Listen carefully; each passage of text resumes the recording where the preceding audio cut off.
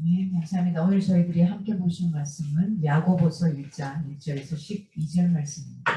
오늘부터 새로운 책 야고보서로 넘어갑니다. 야고보서 1장 1절에서 12절 말씀입니다. 하나님과 주 예수 그리스도의 종 야고보는 흩어져 있는 12지파에게 문안하노라. 내 형제들아, 너희가 여러 가지 시험을 당하거든 온전히 기쁘게 여기라. 이는 너희 믿음의 시련이 인내를 만들어 내는 줄 너희가 알미라. 인내를 온전히 이루라. 이는 너희로 온전하고 고비하여 조금도 부족함이 없게 하려 함이라. 너희 중에 누구든지 지혜가 부족하거든 모든 사람에게 후히 주시고 꾸짖지 아니하시는 하나님께 구하라. 그리하면 주시리라. 오직 믿음으로 구하고 조금도 의심하지 말라. 의심하는 자는 마치 바람에 밀려 요동하는 바다 물결 같으니 이런 사람은 무엇이든지 죽게 얻기를 생각하지 말라. 그 마음을 품어 모든 일에 정함이 없는 자로다.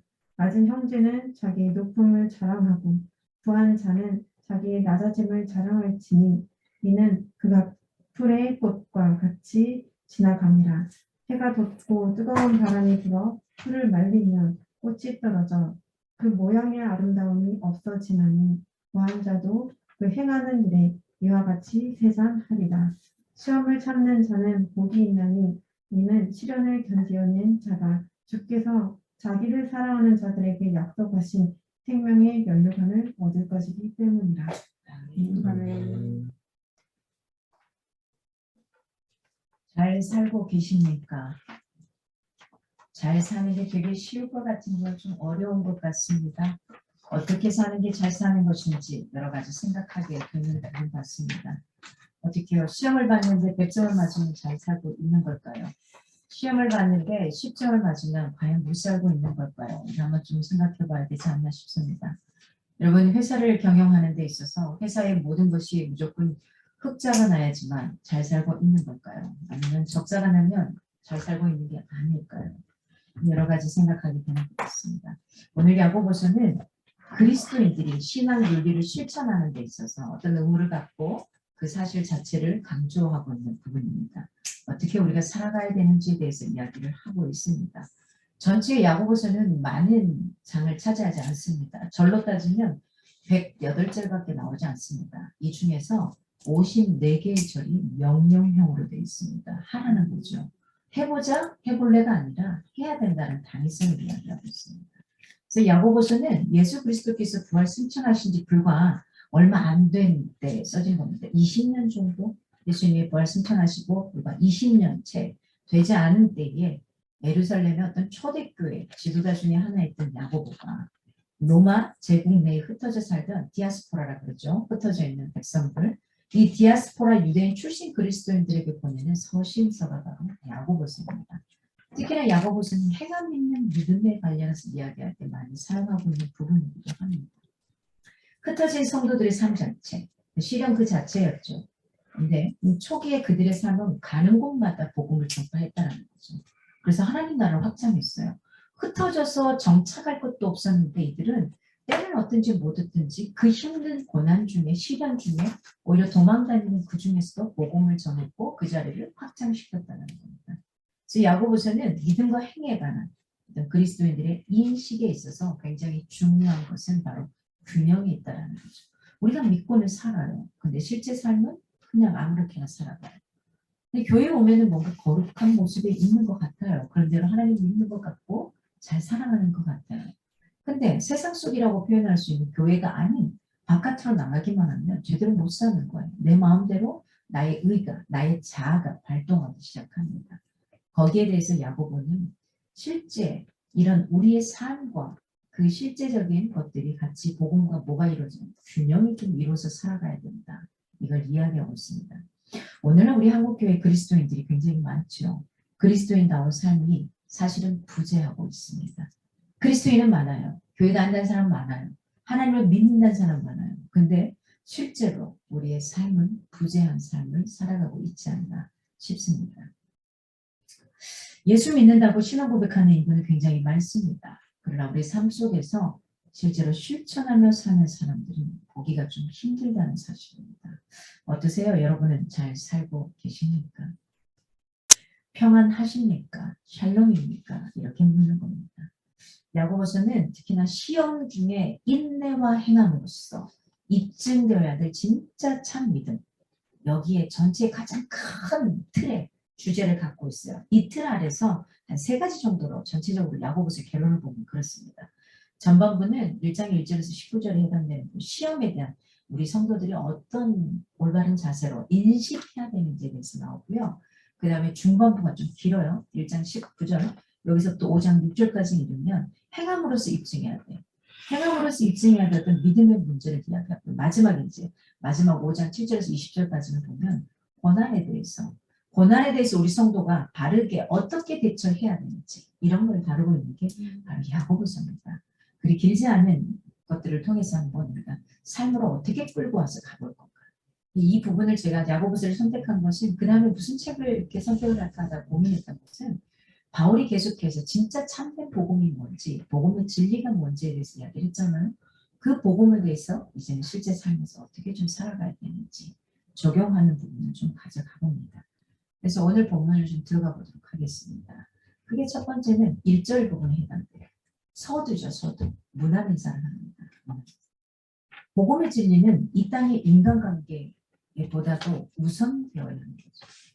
근데 우리는 사실 인간관계가 우선일 때가 더 많습니다. 바울의 전도를 통해서 복음을 받아들인 굉장히 많은 성도들이 이 복음을 왜곡하게 되죠. 사실은 행함에 빠져버려. 그래 믿어. 근데 삶은 내 마음대로 살게 되죠. 그래서 결국은 실체가 없는 어쩌면 예수 믿는 게 관념적인 믿음 안에 머물러 버리기도 한다는 거. 그래서 야고보서는 변질되어 버린 그런 신앙을 바로잡기 위해서는 언뜻 보기에 믿음으로 말미암아 의롭게 된다는 어떤 이신득의 사상에 어긋나게 보이는 그런 어떤 행위를 강조한 게 아닌가 이럴 수도 있어요.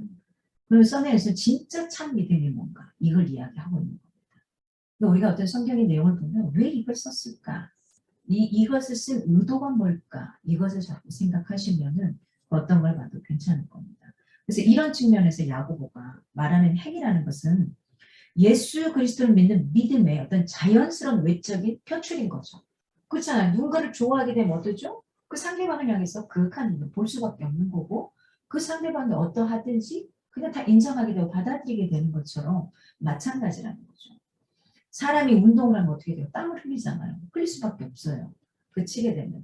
그다음에 예수 그리스도의 믿음이 있는 자는 어떻게 되죠? 믿음으로 말미암아서 신앙의 어떤 행위가 자연스럽게 따라와요. 아, 야, 이렇게 살면 되지 않는다 그렇지. 아, 이렇게 하면 살아봐야지. 이렇게 따라온다는 거죠. 그래서 오늘 1절을 보니까 하나님과 주 예수 그리스도의 종 야고보라는 표현을 해요. 하나님과 주 예수 그리스도의 종 야고보. 이 저자인 야고보는 당시 교회에서는 최고로 존경받는 인물이었습니다. 최고로 존경받는 인물인데 우두머리라고 볼 수 있어요. 사람들이 다 물어보는 성자 같은 사람인데 이 사람이 자기가 자기 자신을 설명할 때에 굉장히 겸손하게 낮추어서 종이라는 표현을 합니다. 여기에 당시에 종이라는 표현은 둘로스, 원어로 빠지면 둘로스인데 노예제도가 있었죠. 이때 당시에는 노예제도. 이 노예제도의 배경하에서 이해해야 하는 부분이 있죠. 이 당시에 노예는 어떡합니까? 전적으로 주인에게 매여 있었던 거예요. 그래서 신앙행위가 굉장히 자연스럽게 따라왔던 거죠. 이런 것처럼 이야기하는 겁니다. 그래서 어떤 비천한 신분이지만 어떤 자유도 누릴 수 없는 그 종의 신분을 내가 어떤 존재인지를 야고보는 자기 자신의 정체성을 분명히 드러내놓고 있는 겁니다. 그런데 오늘날 우리는 어떻습니까? 진리의 원칙보다는 사실은 이 땅에서의 관계 이걸 앞세우게 되죠. 내가 어떤 존재인데 내가 감투가 뭔데 이렇게 나가는 거죠. 사실 그래서 기득권을 주장하고 특혜를 받게 되는 거고요. 그다음에 부패와 부정이 굉장히 만연하게 되는 이런 세상이 되고 말았습니다. 이러한 현상은 사실은 사회에서만 그런 게 아니라 어디까지 우리 안에 교회 안에까지도 들어오게 되죠. 그래서 사회에서 사장이면 교회 안에 와서도 사장의 역할을 많이 하기도 해요. 사회에서 어떤 뭐 대통령이나 뭐 국회의원이면 교회 와서도 그런 역할을 하게 돼 있더라는 거죠. 그래서 교회의 중요한 의사결정에 있어서 복음 진리보다는 사실 세상처럼 어떤 혈연이나 지연, 학연, 세상이 갖고 있는 어떤 지위, 부 이런 걸 가진 자들이 입김이 굉장히 크게 작용하고 있습니다. 그래서 우리는 교회 안에서는 물론 밖에서도 언제나 어디가 뭐가 무엇이 먼저 앞서야 되냐? 복음의 진리가 그 어떤 관계보다도 학연이나 지연이나 이런 관계보다도 앞서야 된다는 거죠. 엄정하게 우리가 그걸 끌고 가야 된다. 그래서 교회의 질서를 옳게 세우는 동시에 세상을 향해서는 언제나 뭘요? 법과 원칙에 있어서 인간관계보다도 우선하는 것을 분명하게 우리가 가르칠 수 있어야 되는 겁니다. 좋은 게 좋은 거다. 이렇게 가는 거 그건 결코 좋은 게 아닐 때가 있더라는 거죠. 흩어져 있는 12지파에게 라는 표현을 합니다. 1절에 흩어져 있는 12지파에게 흩어져 있는 이스라엘이 아수르와 바벨론에 의해 멸망돼요. 그 뒤에 팔레스타인 지역 밖에서 신앙을 지키게 되고요. 흩어져 살아왔던 유대인들을 가리키게 됩니다. 초대교회 당시에 신앙의 박해로 인해서 흩어져 있는 그리스도교인들을 가리키는 의미로 사용을 해요. 이때 당시에는 좀 많이 흩어지게 됐어요. 박해가 굉장히 심했기 때문에 같이 모여있기가 힘들어요. 사실은 지금과 같이 어쩌면 코로나 바이러스만 와도 다 흩어져야 되잖아요. 각자 집에 있거나 그 자리에서 하나님을 섬기고 나갔더라는 거죠. 오히려 그리스도의 급속한 확산이 이루어지는 계기가 되었던 거예요. 우리도 가만히 보면 나라가 어려울 때 전쟁통에 이때 훨씬 더 복음이 많이 전파되는 걸 볼 수 있어요. 야고보는 유대인이든지 이방인이든지 로마 제국 곳곳에 흩어져 있는 모든 그리스도를 대상으로 사실 이 본 서신의 메시지를 보내고 있어요. 그래서 두 번째로 가면 2절에서 4절까지 가면 먼저 시험의 때 기쁨으로 인내해야 됩니다. 시험을 기쁨으로 인내하랍니다. 그러니까 어렵다는 거예요. 힘들다는 거예요. 그렇기 때문에 인내해야 되는데 기뻐하래요. 말도 안 되는 거 아니에요? 여기 이런 역설적인 말을 어떻게 쓸 수 있느냐? 왜 기뻐해야 되냐? 지금 당장은 힘들고 힘에 겨웠고 버티는 자체가 나에게 있어서는 이게 기적 같은 일인데 그걸 넘어선 그 너머에 있어서 그 다음에 이루어질 그거에 대해서 기뻐하라는 겁니다. 우리 믿는 사람들은 고난과 시련에 대해 바른 개념을 사실은 가져야 돼요. 이게 왜? 어찌해서 우리가 견뎌야 되고 인내해야 되고 넘어서야 되는 거지. 글쎄요. 사람이 마냥 좋을 수만 없는 것 같아요. 뭐 사업을 하는 사람도 올라갈 때가 있으면 떨어질 때가 있는 거고요. 사랑을 하게 되면 좋을 때가 있고 또 서로 죽고 못 살고 피 터지게 싸우는 때도 있는 거고요. 이런 순간에 어떻게 살아가야 된다는 거죠. 시련은 성도를 사실은 어떻게 하기 위한 거냐면 온전케 하기 위해서요. 온전케. 하나님의 어떤 손길이 있다는 거죠. 그래서 어떤 문제가 오면은 이게 왜 기분 나쁘게 왔어? 이게 아니라 이걸 통해 내가 무엇을 깨닫기를 원하실까? 무엇을 깨달아야지만 이걸 통해서 내가 한 단계 성장하고 앞서갈 수 있을까? 이걸 생각한 사람은 분명하게 자기 삶에서 또 앞서갈 수 있고 또 주변 사람들도 함께 살릴 수 있는 그런 과정을 갈 수 있을 겁니다. 2절 보니까 너희가 온전히 기쁘게 해야 된다. 야고보는 성도들이 여러 가지 시험을 당하더라도 빠지게 될 때도 어떤 자세를 가져야 되냐. 여기에서 본문에 명령문으로 본면을 해요. 아까 명령형이 58구절로 나온다 했잖아요. 108구절에 꽤나 많은 나오는데 그 중에 첫 번째 구절이 2절입니다. 첫 번째 구절이. 온전이라는 건 전적으로. 뭐 대충 이게 아니라 전적으로 이겁니다. 직면하고 있는 심각한 고난의 현실 가운데서도 그것을 전적으로 기쁨으로 생각하는 것이 바로 우리 그리스도를 향한 신앙이 없는 불신자들에게 어쩌면 낯설고 놀라울 뿐인 거예요. 어떻게 좀 웃을 수 있지? 지금 상황에 저 사람 저렇게 교회가 있을 수 있을까? 아니 뭐 좋다고 웃고 다녀? 지금 다 쫄딱 망해. 이럴 수도 있거든요. 이런 비상식적인 모습을 비춰질 수도 있어요. 사람들에게. 그러나 야고보는 이런 초현실의 삶이 그리스도인들에게 합당하다고 말을 해요. 이거 흩어져서 박해당하고 있는 그리스도인들에게 그런 태도를 가지도록 공면을 해요. 보세요. 박해를 받고 도망을 다니는데 그 속에서 복음을 전하고 있어요. 말도 안 되는 소리 아니에요? 지금 여러분 어떻게 할 수 있겠습니까? 지금 사실 코로나 바이러스가 오면서 우리가 선택적인 대면을 하고 만남을 가져요. 비대면 사회가 아니에요. 선택적으로 그렇게 해요. 그러면 어떻게 해요? 복음 전하는 게 훨씬 쉬워지죠. 내가 선택적으로 선택해서 만남을 요청하고 만날 수 있다는 건 그만큼 서로에게 신뢰가 있다는 거죠. 그러면 만나서 뭐 할 수 있어요? 복음을 제시하기가 훨씬 더 쉬워진다는 거죠. 여럿이 함께 만나면 사실은 복음을 전하고 싶어도 전하지 못할 때가 많습니다. 그래서 이번에 이런 기회들을 10분 활용할 수 있으면 좋겠다 싶습니다. 여러 가지 시험을 만나거든. 이건 내적인 욕심으로 인한 시험이라기보다는 사실은 외적인 고난으로 인한 시험의 의미가 더 강한 부분이기도 합니다. 즉 우리는 예수를 믿고 구원받은 사람에게는 더 이상 시험이나 어려움이 없다? 아니요. 성경은 절대 그렇게 말하잖아요. 예수 믿으면 무조건 복이다? 고난 없을 거다? 기도하면 될 거다? 큐티하면 될 거다? 말씀 보면 될 거다? 아니요. 그렇잖아요. 고난과 시련을 통과해야지만 우리가 어떤 사람이 될 수 있냐? 온전한, 전적으로 하나님을 의지할 수 있는 성도가 될 수 있다는 겁니다.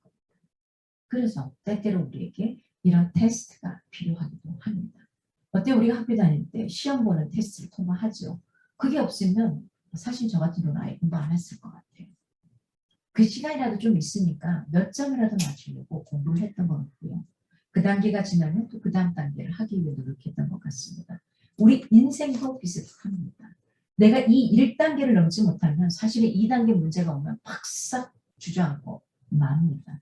그래서 절대 한 단계 한 단계 넘어서려고 하지 말고 그냥 2계단, 3계단 확 넘어서면 좋겠지만 그게 아니라 지금 주어진 여기서 한 계단씩 올라가는 겁니다. 또 한 계단. 내 힘으로 안 될 때 하나님의 도움을 구하면서 주변 같이 성도들에게 기도 부탁하면서 한 계단씩 넘어가 보는 겁니다. 피하지 마십시오. 분명한 것은 직면하시기 바랍니다. 인내는 어떤 상황 아래 흔들림 없이 머물러 있는 것을 뜻합니다. 오늘 3절을 보니까 이는 인내를 만들어내는 줄 너희가 아니라 이것들을 통해서 인내를 만들어낸대요. 어떤 상황에서 흔들림 없이 있는 거. 이건 뭡니까? 이 인내라는 표현은 어떤 표현이 나오냐면은 확고부동한, 불변, 항구성 이런 의미를 내포하고 있어요. 인내라는 표현은. 인내는 무조건 그냥 이렇게 그 자리에서 그냥 움직이지 않고 있는 겁니다. 흔들림 없이 있는 거 아니 흔들릴 수는 있겠죠. 갈 때처럼. 그러나 뿌리가 흔들리지 않는 거겠죠. 그 자리에 확고부동하게 불변하게 그 누가 뭐라 해도 서 있는 겁니다. 여러 가지 시험을 기쁨으로 승화시켜야 하는 이유는 시험이 인내를 만드는 거예요. 그리스도인으로서 갖추어야 할 모든 자세를 온전히 구비하도록 하기 때문에 고난의 시험을 당하는 그 당시는 비록 그것이 힘겨워요. 힘들죠. 왜 안 힘들어요? 근데 결국 믿음으로 잘 있는 그리스도인들에게는 사실은 죄가 지나고 보니까 굉장히 큰 유익이 있더라는 거예요. 제가 그 견디기 힘든 시간을 견뎌보니까 그거보다 훨씬 더 몇 갑절의 귀한 것들이 주어지더라는 거예요. 그래서 저도 우리 사랑하는 성도님들께 견뎌보라고 이야기하고 싶은 겁니다. 그러게 고난의 시험 없이는 그리스도인들에게 진짜 참된 영적인 기쁨이 존재할 수 없는 겁니다. 4절을 보니까 인내를 온전히 이루라 라고 표현합니다. 인내를 온전히 이루라.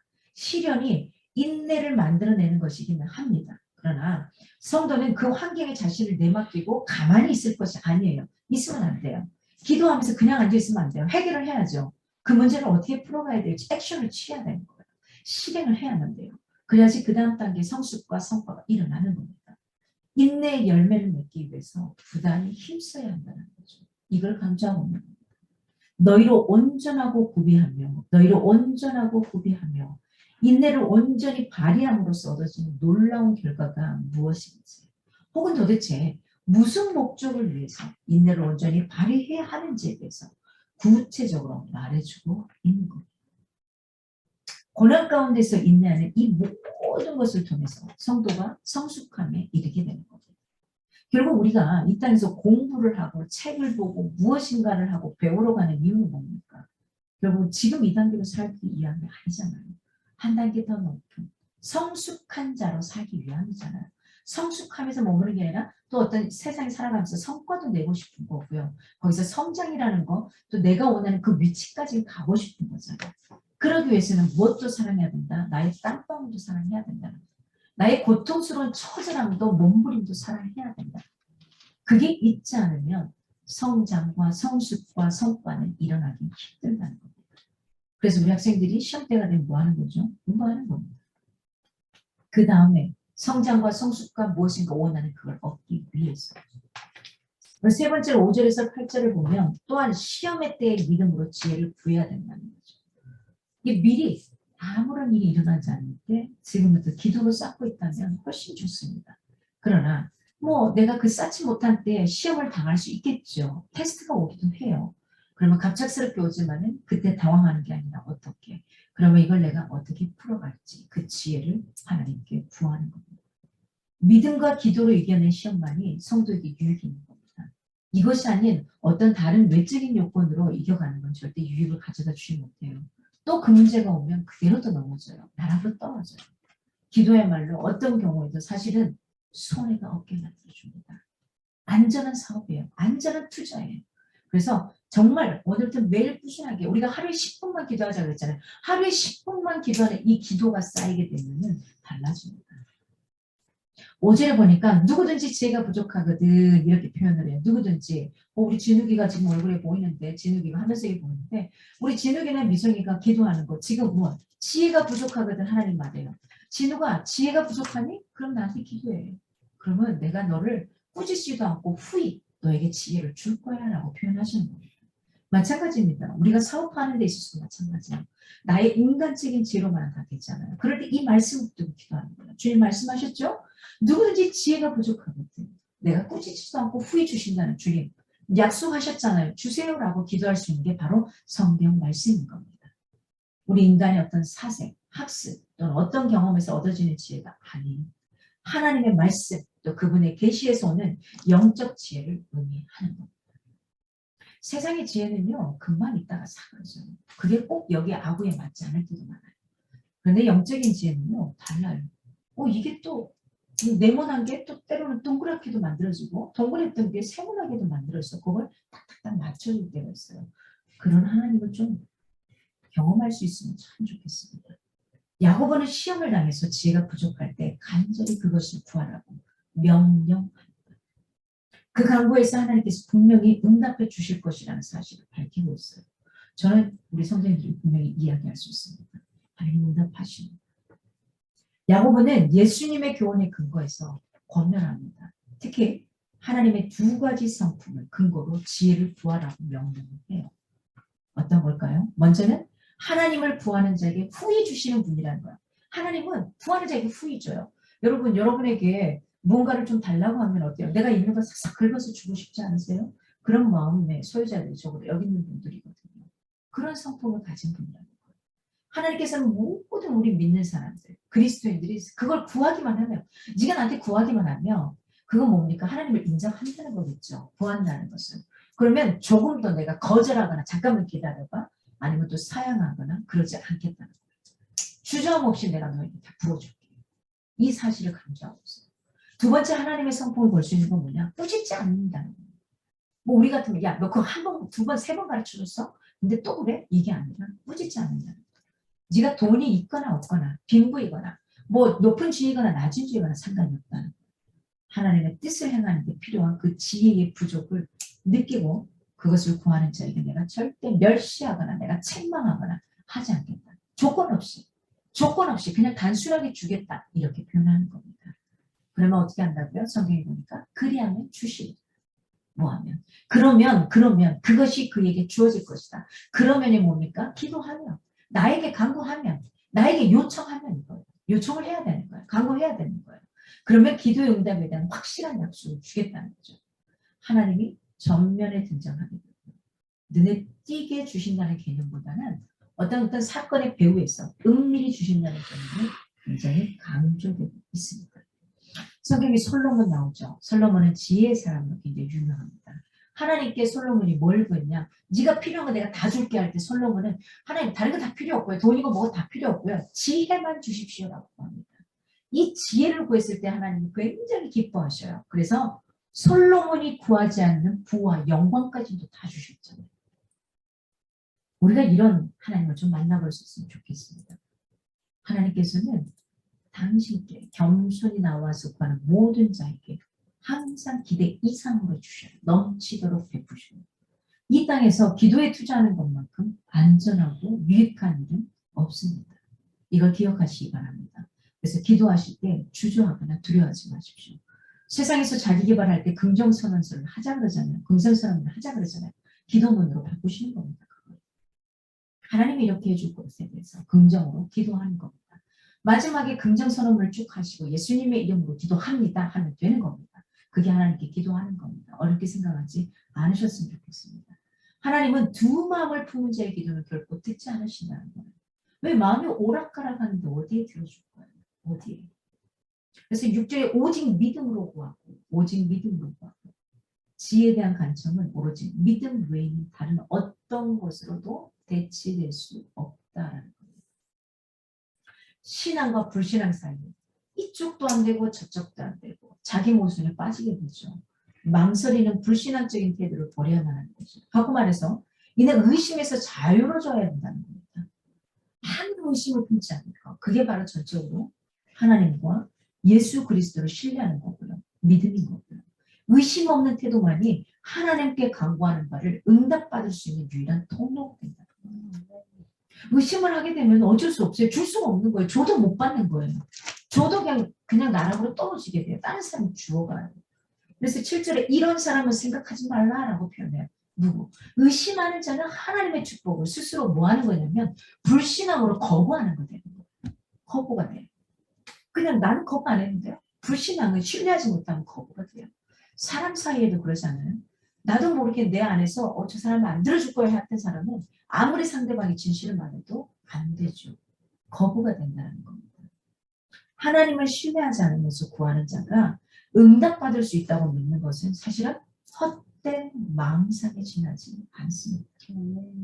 8절에 보니까 두 마음을 품어 정함이 없는 자로다라고 표현을 해요. 두 마음을 품으면 언제든지 상황에 따라 변할 수 있는 거잖아요. 그래서 마음에 일관성이 없는 거예요. 일관성을 기대하는 자체가 힘들어요. 이랬다 저랬다. 이때는 이렇게 했다가 저때는 저렇게 했다. 계속 왔다 갔다 해요. 성경이 이렇게 말해요. 네가 차든지 뜨겁든지 둘 중에 하나를 미지근하게 하지 말어. 이렇게 말하는 거예요. 의심하는 자는 하나님과 세상 사이를 오가요. 그래서 어떻게 되냐. 두 마음을 품지 말라는 건 두 주인을 섬기고 있는 거예요. A라는 주인도 섬기고 B라는 주인도 섬기고. 이게 바로 정함이 없는 자라고 표현을 하고 있는 거죠. 정함이 없는 자는 잠시 하나님을 믿고 의지해요. 그러다가 열심히 기도하는 듯 해요. 마음에 변화가 딱 일어나. 어떤 문제 실현이 딱 와. 그러면 어떻게 해요? 인간적인 방법을 가는 거죠. 하나님 잠깐만 계세요. 나 이쪽으로. 분란이 일어나면 나 이쪽으로. 이렇게 가는 거예요. 굉장히 변덕을 부리게 마련이죠. 하나님은 비록 후히 주시는 분이지만 이런 자에게는 어떤 응답도 하지 못하시는 거예요. 아니 응답을 줘도 못 받는 거예요. 두 마음이라서 한쪽에서 흔들고 있거든요. 안 되는 거예요. 그걸 못 받아들여요. 두 마음은 한쪽으로는 믿음을 구하면서도 한쪽으로는 하나님의 응답에 대해서 의심하는 거죠. 전형적인 이런 사람은 어떤 사람이냐면 사회적으로 따지면 기회주의자예요. A라는 사람이 딱 줄을 섰다가 A라는 사람이 조금 이상해지네? 그럼 B 쪽으로 줄을 서는 거죠. 이런 거에 우리가 저기 일본에 아래에 있을 때 어때 일본 사람들이 자리할 때는 일본 사람들이 뒤에 가서 일을 하고 있다가 그 사람들이 싹 물러서니까 또 우리나라 정권에 와서 또 서 있는 것과 같은 거죠. 이런 모습으로 우리가 살아가고 있습니다. 네 번째 9절에서 11절을 보면은 시험의 때 가난한 자는 당당하고 부한 자는 겸손해야 된다는 거죠. 저 사람 뭐 없는데 되게 당당하네. 저 사람 지금 되게 힘들 텐데 사업이 어떻게 저렇게 당당하지? 이런 사람. 그러면 여러분 보세요. 여러분이 만약에 돈을 대줄 수 있는 어떤 후원자라고 생각하면 어떤 사람에게 대주겠어요? 당당하게 그래도 사업이 좀 망했지만 그래도 당당하게 뭔가 앞서서 나가려고 하는 사람이겠어요. 막 초라해가지고 밑에 쭉 빠지고 앉아있는 사람한테 주겠어요. 누구한테 주겠냐는 거죠. 성도는 믿음에 근거한 프라이드를 잃지 마시기 바랍니다. 믿음에 근거해서. 9절 보니까 낮은 형제는 자랑하고 라는 표현을 합니다. 낮은 형제는 자랑하고. 믿음의 시련 아래에 있는 그리스도인들은 아무리 자신이 가난하고 상황이 부정적이라 하더라도 결국 기가 꺾이거나 주눅이 들어서는 안 됩니다. 왜요? 아주 멋진 하나님 계시거든요. 하나님 뭐라고 말하냐면 권세를 우리에게 줬다고 표현해요. 요한복음 1장 12절에 영접하는 자 곧 그 이름을 믿는 자에게는 하나님의 자녀가 되는 권세를 주셨다는. 보세요. 우리가 육신의 부모의 자녀가 되면 어때죠? 그 부모가 갖고 있는 모든 재산들 다 같이 나눌 수 있잖아요. 자녀들이. 여러 가지 상황 가운데 그걸 다 가져갈 수 있거든요. 부모가 갖고 있는 여러 가지 그 배후에 있는 것들 우리는 다 후방으로 가져갈 수 있는 거잖아요. 마찬가지예요. 영적인 아버지가 우리에게 자녀의 권세를 특권을 줬다라는 건 그분이 갖고 있는 모든 것들을 다 우리가 받고 있다라는 거예요. 그러니까 엄청난 걸 갖고 있는 사람들입니다. 하나님으로 인해서 우리는 이미 영광스럽고 존귀 새로운 주의를 부여받은 자입니다. 이 말씀은 뭐냐? 영적이면 종말론적인 차원에서의 사실은 말씀이기도 합니다. 땅의 관점에서 보면 어떤 것도 내세우거나 자랑할 것이 없어요. 그러나 영적이고 종말론적인 어떤 이 차원에서 보면 자랑할 것이 무궁무진하다는 거예요. 나의 힘으로는 안 돼요. 근데 그 하나님, 내 아버지 이걸로 따지니까 다르더라는 거예요. 제가 어제 엄마에게 이런 표현을 했습니다. 엄마랑 대화를 하면서 자연스럽게 다시 또 복음을 제시하면서 천국을 이야기했어요. 천국을 이야기하면서 엄마 이제 그 천국 가거든. 물론 하나님 앞에 가서 심판되기 위해서 이쪽으로 저쪽으로 갈리겠지만 엄마 천국 가거든. 아빠도 만날 거고 오빠도 만날 거야. 아들도 만날 거야. 보고 싶어. 그럼 우리도 천국에서 만나자. 그랬더니 80 넘으신 노부가 이런 표현을 합니다. 그러더라. 사람들이 지옥도 있다고 하던데. 이 표현을 하더라고요. 엄마 그래. 자기가 잘못한 대로 그 간대로 값진 대로 고집을 입대. 그런 엄마 천국 가서 만날 수 있으면 참 좋겠어 라는 표현을 하게 되었습니다. 여러분 세상의 것을 가지고 자랑하는 자는 가장 어리석고 불쌍한 자가 됩니다. 오늘 10절에 보니까 부한 형제는 자기의 낮아짐을 자랑할지니라. 이 야고보는 부한 자도 가난한 자도 더불어 한 형제다. 또한 가난한 자와 마찬가지로 자랑할 것이 있음을 주요 단어의 어떤 생략을 통해서 여러 가지로 부각시키기도 합니다. 현재 부한자라 할지라도 사실은 그 부는 영원하지 않지 않습니까? 하나님 앞에서 그래서 우리는 어떻게 하느냐? 자신의 낮아짐을 자랑하라는 거예요. 사실 우리가 그 낮아짐을 자랑하면 사람들이 우리를 높여줘요. 그런 거 경험해 보실 겁니다. 그 어떤 사람이 잔치 자리에 갔더니 제일 좋은 자리에 딱 앉았어요. 사람들이 없었기 때문에 앉았는데 그 다음에 보니까 나보다 높은 사람이야. 계속 한 잔씩키로 물어나기 시작하는 거예요. 결국 제일 처음에 좋은 자리에 앉았던 그 사람은 제일 뒤에 가서 앉게 되는 거예요. 그런데 아무도 없더라도 내가 제일 낮은 자리에 제일 안 보이는 자리에 앉아있으면 사람들이 와서 계속해서 나를 앞쪽으로 오게 만들어요. 이런 경험들을 세상에서도 많이 경험할 겁니다. 하나님은 바로 이런 자세로 네가 대접받고 싶냐? 먼저 대접해. 이렇게 표현하시는 겁니다. 이는 지나갑니다. 야고보는 여기서 부한 자의 인생의 진정한 모습이 영원하신 하나님의 시각에서 어떠한지를 깨닫게 해주고 있어요. 아무리 부한 자라도 나락으로 떨어질 때가 있고 나락으로 떨어져서 아무것도 없는 자 같으나 그도 올라가는 그 자리가 있더라는 겁니다. 어리석은 자는 자신이 소유한 부가 마치 영원한 것처럼 여겨요. 영원한 것처럼 여깁니다. 그러나 그리스도 안에서 구한 형제에게는 더 이상 물질적인 부의 가치가 어떤 삶의 척도가 되지 않는다는 거예요. 돈이 아무리 많으면 뭐하겠어요. 혼자 외롭고 쓸쓸하게 죽어가는 사람들이 있는데 영원하신 하나님 앞에서는 그것은 사실은 일시적인 겁니다. 영원하지 않는다는 겁니다. 이걸 깨닫기를 야고보가 원하고 있어요. 우리는 하늘의 시민답게 땅의 것에 매인 좁은 시야를 버리고 하늘의 영원한 세계를 볼 수 있는 넓은 시야를 가질 수 있길 바랍니다. 사실 우리가 남과 여에 있어서 남자보다는 여자의 시각이 훨씬 더 넓다고 그래요. 바라볼 수 있는 게 달라요. 그래서 남자는 뭔가를 쳐다볼 때 고개를 돌려야만 봐요. 완벽하게. 여자들은 눈동자만 돌려서 다 봅니다. 남자가 보지 못한 시각을 볼 수 있는 겁니다. 이것처럼 하나님 안에 있는 저와 여러분은 다른 사람이 보지 못한 것들을 더 훨씬 넓은 각도에서 볼 수가 있습니다. 11절에 해가 돋고 뜨거운 바람이 불어 오늘 같은 날씨, 어제 같은 날씨 그렇죠? 장마의 비가 햇살 장난 아니에요. 마치 캄보디아에 있는 것 같아요. 37도 제가 그냥 땀이 주룩주룩 흐르는 그런 곳인데 뜨거운 바람이 불어오는 부는 그거 뭡니까? 첫째는 태양이 불타는 듯한 이런 의미예요. 해가 돋고 뜨거운 바람이 불다는 태양이 불타는 듯한 이런 의미가 있고요. 또 하나는 사막지대에서 불어오는 거죠. 사막지대에서 굉장히 뜨거운 동풍. 이건 모든 것을 시들게 하고 말려버리게 합니다. 이런 것들을 이야기합니다. 그래서 열풍 이런 뜻을 갖고 있죠. 가시적으로 나타나는 모든 아름다움은 사실은 언젠가는 사라집니다. 없어져요. 여러분 죽을 때 뭘 가져갈 수 있던가요? 아무것도 못 가져가요. 죽은 다음에 뭐 노잣돈이라고 안 믿는 사람들 막 옷에다가 그 뒤에 막 넣어줍니다. 그거 못 가져가요. 가져가면 그냥 썩어서 없어지는 거예요. 그 사람이 뭐 그거 가지고 차를 타겠어 못 타겠어. 이미 죽어버린 사람. 거기다 막 돈을 넣으면 아까워요. 5만 원짜리 막 이런 거 넣는 거 보면 아깝더라고요. 아무것도 못 가져가요. 이게 우리 인생이에요. 있는 동안 정말 돈을 잘 쓸 수 있으면 좋겠습니다, 여러분들. 갖고 있는 거 가지고 같이 살아갈 수 있는 선한 영향력들을 좀 많이 행사하세요. 있으면 하겠다. 아니요. 있으면 못해요. 없을 때도 못하는 사람. 지금 이 순간부터 하나씩 조금씩 뭔가 의미를 부여해서 누군가를 도울 수 있고 행할 수 있기를 바랍니다. 뭐 화려하고 멋진 일을 하는 게 아닙니다. 어떤 우리의 모든 것들이 일시적인 현상일 뿐이라는 거. 야고보는 이런 것을 뭐라고 어디에 비유하냐면 풀의 꽃과 같다라고 표현해요. 풀의 꽃과 같다. 인생의 무상함을 특히 부자들의 삶에 적용시켜서 표현을 하고 있죠. 부자들의 어떤 부유함, 그들의 기업이 결코 영원 무궁하지 못하다는 것. 이걸 말해주고 있어요. 따라서 우리는 이 세상의 재물에 어떤 연연할 것이 아니라 오히려 종과 동록이 해야 하지 않을 어디에다가 하늘나라의 자신의 보물을 쌓아두라고 마태복음에 이야기를 해요. 이 땅에 있는 것들에 쌓아둬서 뭐 할 거냐. 그 적자고 개호봤자 나중에 돈 많은 사람 돌아가시고 나니까 자식들끼리 피 터지게 싸우더라고요. 피 터지게. 서로 조금씩 더 가져가겠다고.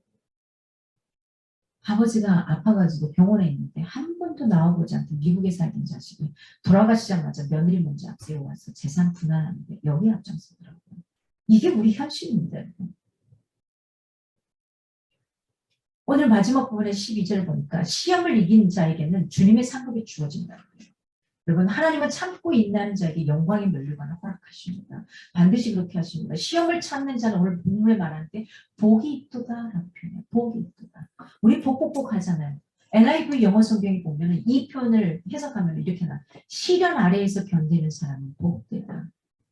힘들죠. 피하면 피할수록 계속 그 문제는 눈덩이처럼 커집니다. 그냥 직면하세요. 직면하시고 거기에 감정으로 놀아나지 마시고 뭐 하자고? 그 문제에 직면하시고 이 문제를 어떻게 풀어야 될까에 대해서 하나님께 지혜를 구하시기 바랍니다. 시련 아래에서의 시련의 무게를 다 떠받치면서 버티고 있다는 것은 참기 힘든 고통일 겁니다. 굉장히 괴롭습니다. 바라보는 이 자체가 자기 자신의 자책도 될 거고. 그러나 오늘 야고보서의 이 야고보서는 바로 그것이 복되다고 말을 하고 있어요. 많은 사람들이 그 시련 가운데서 하나님을 원망하죠. 자기 자신을 저주하거나 환경에 대해 불평하거나 다른 사람 너 때문에 라고 이야기를 할 겁니다. 그러나 누구 때문에 중요한 게 아닙니다. 지금 이것을 어떻게 그래서 내가 해결할 것인가요? 이거 해결하지 않으면 그 다음 단계로 넘어갈 수 없어요. 그 문제는 또 계속해서 나에게 나타납니다. 또 일어나고 또 일어납니다. 여러분 피하지 않기를 바랍니다. 직면하십시오. 하나님이 도우실 겁니다. 그래서 신앙을 버리기도 합니다. 사실 이래서. 그러나 하나님의 복을 받을 자들은 시련 가운데서도 하나님을 원망하지 않게 되고 하나님의 섭리를 인정하는 자세로 자기의 믿음을 끝까지 지켜나가는 자입니다. 이것을 옳다 인정함을 받으신 후에 얻을 것입니다. 믿음의 시련을 통해 자신의 신앙이 참되다는 것을 입증해 보는 대표적인 인물이 바로 욥이죠. 그는 잘못한 게 하나도 없었습니다. 근데 사탄이 갖고 놀고 싶어 해요. 그래서 하나님이 너가 갖고 놀아봐. 욥은 절대 흔들리지 않을 거야. 나를 믿는 믿음에서. 그러나 네가 단 생명은 건들지 말아라. 욥은 그 시련을 잘 통과하게 돼요. 근데 욥의 시련은 너무 가슴 아픈 거예요. 사랑하는 모든 자녀들까지 다 싸그리 재산 모든 것 다 박살납니다. 초전 박살납니다. 제가 여기서 백만장자가 하루아침에 거지가 됐어요. 내 사랑하는 자녀들, 눈에 넣어도 아프지 않은 자녀들 하루아침에 다 잃게 됐어요. 그 상황 가운데서도 하나님은 놓지 않게 되죠. 그리고 그 하나님 앞에 붙어있던 욥에게는 하나님이 그와 동일하게 그대로 부어주시는 은혜를 주십니다. 그러나 하나님 이런 시련까지 가지 않았으면 좋겠습니다. 우리 여기 이 자리에 있는 우리 성도 여러분들은 이런 시련까지 절대 가지 않았으면 좋겠습니다. 그러기 위해서 지금 있는 삶의 터전에서 하나님을 제대로 직면하고 만날 수 있기를 바랍니다. 야고보는 핍박으로 인해 흩어진 초대교회 성도들을 이스라엘의 12지파로 분류했고요. 현재 당하는 모든 시험과 고난을 기쁨과 믿음으로 인내로 극복하라고 하나님으로부터는 생명의 면류관을 받으라고 권면하고 있습니다.